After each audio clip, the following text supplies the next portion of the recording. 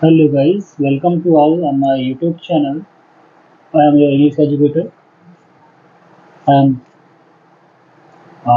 तो guys कल हमने कुछ टॉपिक डिस्कस किए थे रिलेटेड टू एडजेक्टिव, ठीक है फ्रेंड्स। और काइंड्स ऑफ एडजेक्टिव में कल हमने डेमोन्स्ट्रेटिव एडजेक्टिव तक हमने कल कंप्लीट किया था। इनके एक्सरसाइज को हमने कल सीखा था, समझा था ये होते क्या हैं, कैसे इनके यूज़ किए जाते हैं, एक्सेट्रा।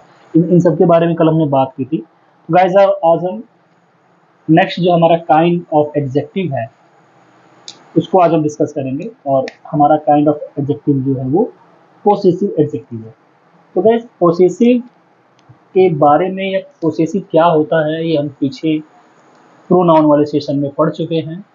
अब वहाँ पे प्रोनाउन वाले सेशन में हमने पोसेसिव को as a kind of pronoun हमने डिस्कस किया था, और यहाँ पे हम possessive as a possessive adjective के रूप में इसको हम डिस्कस करेंगे, सीखेंगे इसको, ठीक है फ्रेंड्स। तो पोसेसिव माने होता क्या है, संबंध बताना, ठीक है, संबंध को स्थापित करना, ठीक है गाइस। पोसेसिव एडजेक्टिव से अधिकार या संबंध का भाव व्यक्त होता है, ठीक है गाइस। साफ साफ लिखा हुआ है कि पोसेसिव एडजेक्टिव से अधिकार या संबंध की बात की जाती है या उसका बोध होता है। पोसेसिव एडजेक्टिव शो पोसेशन और रिलेशन, ओके। जैसे लिखा है my, our, your, his, her, its, ये सारे के सारे जो है गाइस ये पोसेसिव एडजेक्टिव के एग्जांपल हैं।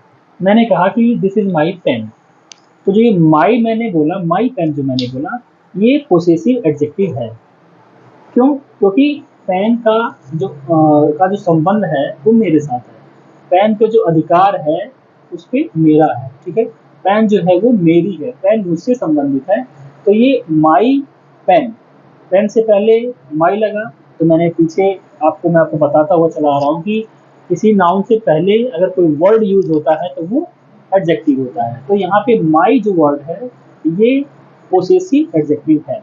दिस इज माई पेन, ठीक है, दैट इज योर हाउस।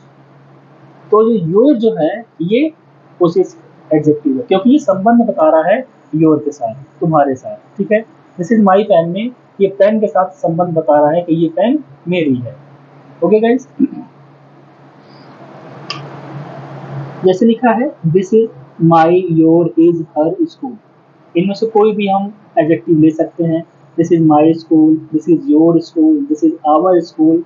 तो ये सारे एग्जाम्पल जो हैं my, our, your, his, their, ये सारे के सारे पोसेसिव एडजेक्टिव के एग्जाम्पल है, क्योंकि इनका यूज, ठीक है, नाउन के पहले ही होना है। और तो जो वर्ड नाउन के पहले यूज होते हैं वो एडजेक्टिव का काम करते हैं। डिपेंड करता है उनकी पोजीशन पे, उनकी कंडीशन पे कि वो किस प्रकार के एडजेक्टिव हैं। जो भी हमारे 10 टाइम्स ऑफ एडजेक्टिव हैं वो उन 10 टाइम्स वाले एडजेक्टिव में वो कौन सा एडजेक्टिव है ये डिपेंड करता है उनकी पोजीशन पे, ओके गाइस। लिखा हुआ है कि हिज का प्रयोग प्रोनाउन और एडजेक्टिव दोनों के रूप में होता है। ये बहुत ही लॉजिकल पॉइंट है कि हिज जो होता है फ्रेंड्स, ही का जो ऑब्जेक्टिव केस हिज है, ही हमारा सब्जेक्टिव केस होता है, बट हिज जो है वो ऑब्जेक्टिव केस होता है। तो ऑब्जेक्टिव केस हिज जो है इसका प्रयोग प्रोनाउन और एडजेक्टिव दोनों के रूप में किया जाता है, ओके गाइस। इसे लिखा हुआ है दिस इज हिज बुक, तो ये पोसेसिव एडजेक्टिव हुआ। दिस बुक इज हिज, ये पोसेसिव प्रोनाउन हुआ। क्यों? क्योंकि बुक से पहले अगर हिज है तो ये पोसेसिव एडजेक्टिव है, और हिज के पहले वर्ब है, मैंने पीछे भी आपको समझाया था, अगर हिज के पहले वर्ब है तो वो पोसेसिव प्रोनाउन है गाइस, ठीक है। तो गाइस आपको ये पोसेसिव एडजेक्टिव क्लियर हुआ होगा। अब हम नेक्स्ट जो हमारा काइंड है डिस्ट्रीब्यूटिव एडजेक्टिव, ठीक है, विभाजन सूचक विशेषण, मतलब इससे हमें बंटवारे का बोध होता है। जैसे डिस्ट्रीब्यूट, एक एक करके हम बात करते हैं, ठीक है, किसी एक की बात करेंगे या समूह में से किसी एक की हम बात करेंगे, ग्रुप में से किसी एक की बात करेंगे या प्रत्येक की बात करेंगे, ठीक है गाइस। तो ये जो होता है हमारा ये डिस्ट्रीब्यूटिव एडजेक्टिव है, ठीक है। जैसे हमने कहा कि इन स्वीट्स को बच्चों में डिस्ट्रीब्यूट कर दिया जाए, ठीक है, distribute these sweets among the student, among the children. तो जो ये डिस्ट्रीब्यूट वाली जो बात होगी, जो बांटने की जो बात होगी, ये बच्चों में बांट दी गई, तो यही सेंस है यहाँ पे। जैसे each, every, either, neither, same यही कंडीशन हमने प्रोनाउन में भी पढ़ा था, डिस्ट्रीब्यूटिव प्रोनाउन में। अब इसको हम अलग तरीके से डिस्ट्रीब्यूटिव एडजेक्टिव में इसका अध्ययन करेंगे। ईच, एवरी, आइदर, नाइदर के ठीक बाद कोई नाउन हो। गाइस मैं बहुत हमेशा हर वीडियो में आपको बता रहा हूँ कि नाउन के पहले जो वर्ड आएंगे वो एडजेक्टिव है, ठीक है।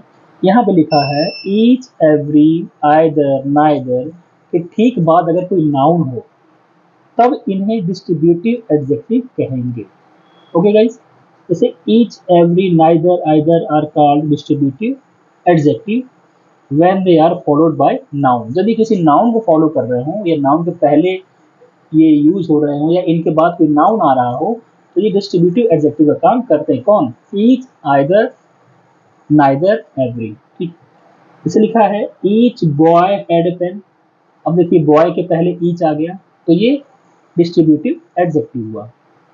Each boy has a pen, हर एक लड़के के पास एक पेन है, ये डिस्ट्रीब्यूटिव एडजेक्टिव हुआ। Every man has his own duty, प्रत्येक व्यक्ति का अपना कर्तव्य है, तो ये भी डिस्ट्रीब्यूटिव एडजेक्टिव हुआ। Either pen will do, either मतलब ये जो दोनों पेन है विल डू, ये डिस्ट्रीब्यूटिव एडजेक्टिव हुआ। नाइदर वे वाज सेफ, मतलब कोई भी रास्ता सेफ नहीं है, डिस्ट्रीब्यूटिव एडजेक्टिव हुआ। क्यों? नाइदर के बाद नाउन है, आइदर के बाद नाउन है, कौन सा नाउन है? पेन है। एवरी मैन, मैन क्या है? नाउन है, तो एवरी के बाद जस्ट बाद क्या है हमारा? वो नाउन है। तो अगर वो नाउन है तो इसके पहले वाला जो वर्ड है वो एडजेक्टिव है। कौन सा है? एडजेक्टिव, ये डिस्ट्रीब्यूटिव एडजेक्टिव है।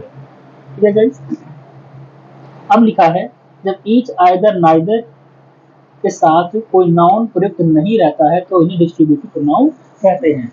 डिस्ट्रीब्यूटिव प्रोनाउन को हमने पीछे स्टडी किया हुआ है यही, तो यहाँ पे इन दोनों के बीच में डिफरेंस बता रहा है कि डिस्ट्रीब्यूटिव एडजेक्टिव क्या होता है और डिस्ट्रीब्यूटिव प्रोनाउन क्या होता है। तो सिंपल सी बात है कि डिस्ट्रीब्यूटिव एडजेक्टिव अगर है तो उसके जस्ट बाद कोई नाउन आएगा, ठीक है गाइस।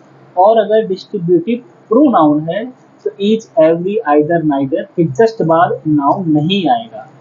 अगर नाउन नहीं आता है, ईच, आइदर, नाइदर, एवरी इनके बाद कोई अदर वर्ड आता है, कोई प्रीपोजिशन आ जाए, कोई हेल्पिंग वर्ब आ जाए, आर्टिकल्स आ जाए, तो वो एडजेक्टिव सॉरी वो डिस्ट्रीब्यूटिव प्रोनाउन होगा गाइस, ठीक है।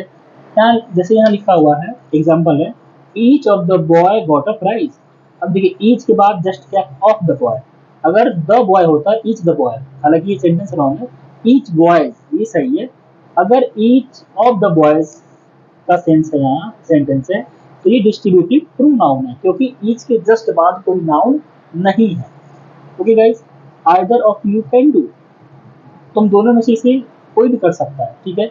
ये डिस्ट्रीब्यूटिव प्रोनाउन है क्योंकि आइदर ऑफ यू, यू और आइदर के बीच में ऑफ है, तो ये डिस्ट्रीब्यूटिव प्रोनाउन हुआ गाइस, ठीक है गाइस। तो ये कॉमन से डिफरेंट थे एडजेक्टिव और प्रोनाउन के बीच में, जिनको हमें दोनों कॉन्सेप्ट साथ साथ लेके चलना है। अगर हम दोनों कॉन्सेप्ट को साथ साथ लेके चलेंगे, सीखेंगे, तो हम अच्छे तरीके से दोनों में जो डिफरेंट है उसको हम समझ पाएंगे और फिर हमें कहीं किसी एक्सरसाइज को करने में कहीं कोई हमें दिक्कत, कोई प्रॉब्लम नहीं होगी। आगे चलते गाइस, आगे का जो हमारा काइंड है इंट्रोगेटिव एडजेक्टिव, बहुत ही ईजी है, इसको हमने स्टडी भी किया हुआ है पीछे प्रोनाउन वाले सेशन में, और आज हम इसको एडजेक्टिव वाले सेशन में भी डिस्कस करने जा रहे हैं। इंट्रोगेटिव एडजेक्टिव क्या होते हैं? व्हाट, विच, हुज किसी संज्ञा के साथ प्रयुक्त होकर प्रश्न किए जाने के काम आते हैं, तब इन्हें इंट्रोगेटिव एडजेक्टिव कहा जाता है। कब?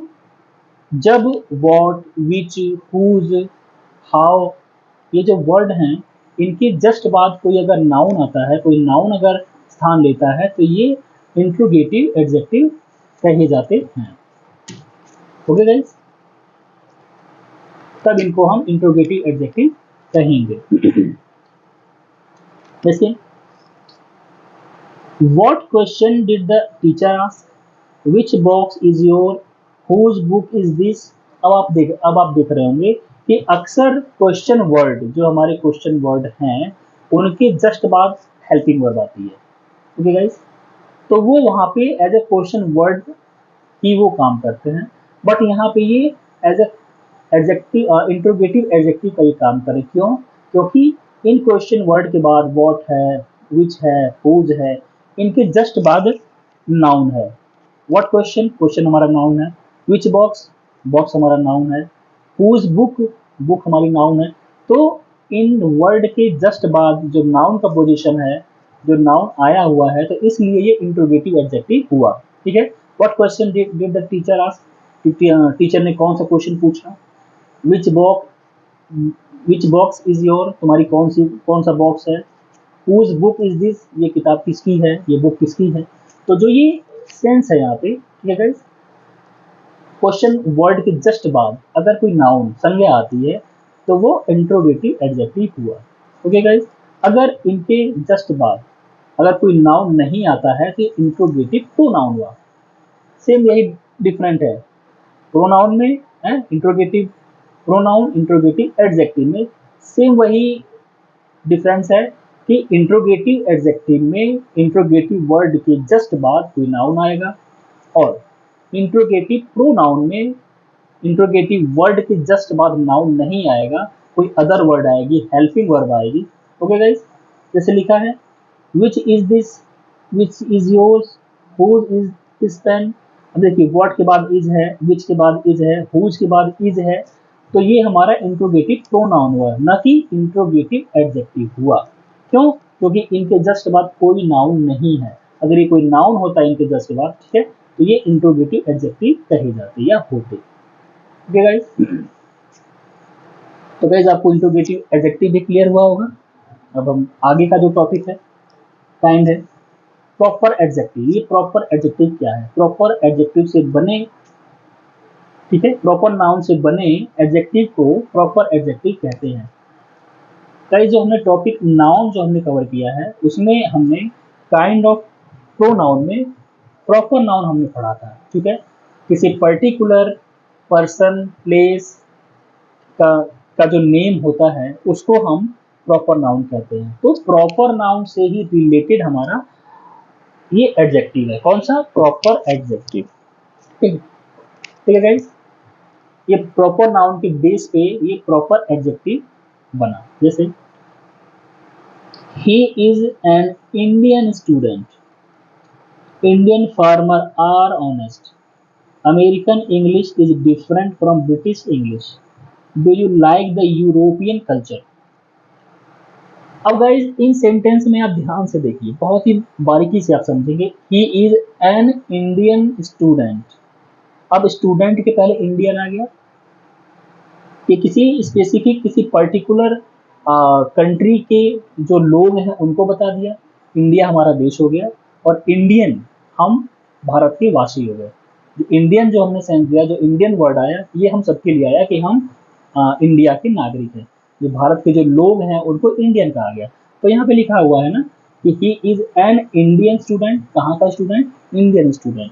तो जो स्टूडेंट है उसके बारे में पर्टिकुलर बता रहा है कि वो स्टूडेंट भारत का है, वो स्टूडेंट इंडियन है। ठीक है, तो ये पर्टिकुलर एक प्लेस को बता दिया है। ठीक है, कंट्री का ये नेम हो गया।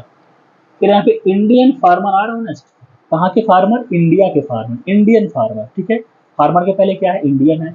तो जब फार्मर क्या है? फार्मर हमारा नाउन है, नाउन के जस्ट पहले जो वर्ड है इंडियन, ये हमारा एडजेक्टिव है। ओके गाइस, तो इंडियन फार्मर्स आर ऑनेस्ट, भारत के जो किसान वो ईमानदार हैं, श्योर हैं। American English is the different from British English. अब देखिए अमेरिकन इंग्लिश और ब्रिटिश इंग्लिश, इंग्लिश के पहले क्या है? अमेरिकन है, और यहाँ पे ब्रिटिश है।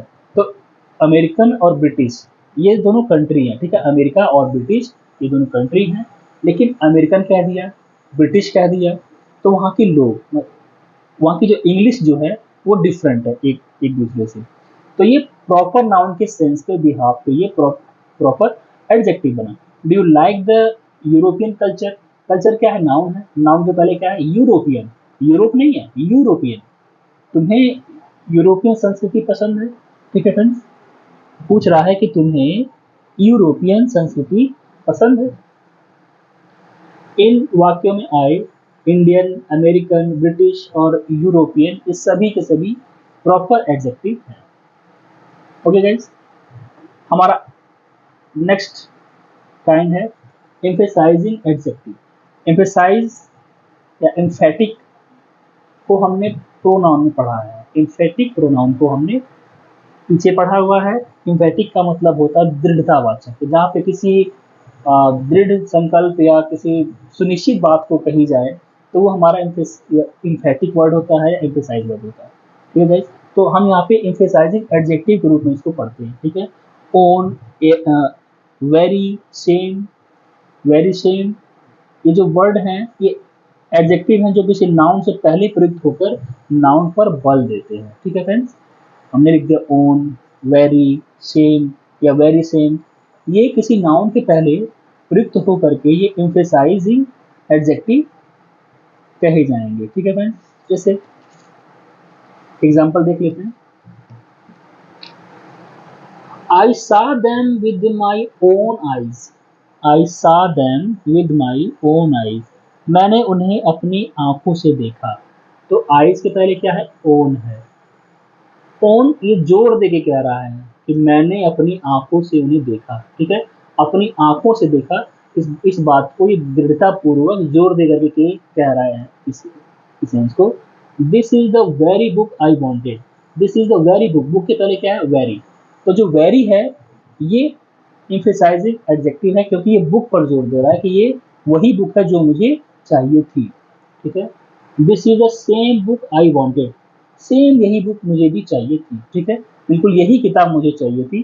तो बुक के पहले जो सेम आया हुआ है, बुक के पहले वेरी है, आइज के पहले ओन है, तो ये जो वर्ड है ना, ओन, वेरी, सेम, ये सारे के सारे वर्ड इम्फेसाइजिंग वर्ड है। ठीक है, इम्फेसाइजिंग एडजेक्टिव है। क्यों? क्योंकि ये नाउन के पहले प्रयुक्त हो रहा है। ओके गाइस, अगला जो हमारा लास्ट जो हमारा काइंड है एडजेक्टिव का, वो है exclamatory adjective. Friends, kind of sentence में हमने लास्ट हमारा जो टॉपिक था काइंड ऑफ सेंटेंस का, एक्सक्लामेटरी सेंटेंस, तो एक्सक्लामेटरी सेंटेंस के बिहाफ पे एक्सक्लामेटरी एडजेक्टिव बना। ओके गाइस, देखा है जब व्हाट का प्रयोग एडजेक्टिव की तरह किसी एक्सक्लामेटरी सेंटेंस में हो, ध्यान से समझिए बात को, जब व्हाट का प्रयोग, अगर जो मान लीजिए कोई वर्ड है व्हाट, ये इंट्रोगेटिव वर्ड है, अगर इस वर्ड का प्रयोग एज अ एडजेक्टिव की तरह हम करें किसी एक्सक्लामेटरी सेंटेंस में, तब उसे एक्सक्लामेटरी एडजेक्टिव कहा जाता है। जैसे what is called an exclamatory adjective when it is used as an adjective is an exclamatory sentence. Okay guys, जब व्हाट का प्रयोग एडजेक्टिव की तरह किसी एक्सक्लामेटरी सेंटेंस में हम करते हैं तो उसे एक्सक्लामेटरी एडजेक्टिव कहते हैं। ठीक है, इसे लिखा है ना, what folly, what an idea, what a piece of work is man. ठीक है, व्हाट फॉली, क्या मूर्खता भरी बात है। फली के बाद क्या है? खड़ी पाई नीचे बिंदी। तो ये जो खड़ी पाई और जो बिंदी है ये एक्सक्लेमेशन का मार्क है, मार्क ऑफ एक्सक्लेमेशन इसको कहते हैं। तो व्हाट के जस्ट बाद नाउन है मूर्खता, व्हाट एन आइडिया विचार, व्हाट के जस्ट बाद क्या है? एक नाउन है। तो ये एक्सक्लेमेटरी वाला ये काम कर रहा है। What a piece of work is an, मतलब कितना मतलब स्वभाव अनुकूल ये व्यक्ति है। ठीक है, क्या इस व्यक्ति के कार्य है। तो वर्ड के बाद क्या है? A piece of work, a piece of work noun है। ओके गाइस, ये एक फ्रेज है और इस फ्रेज से संबंधित जो ये व्हाट है ये एक्सक्लेमेटरी एडजेक्टिव का काम कर रहा है।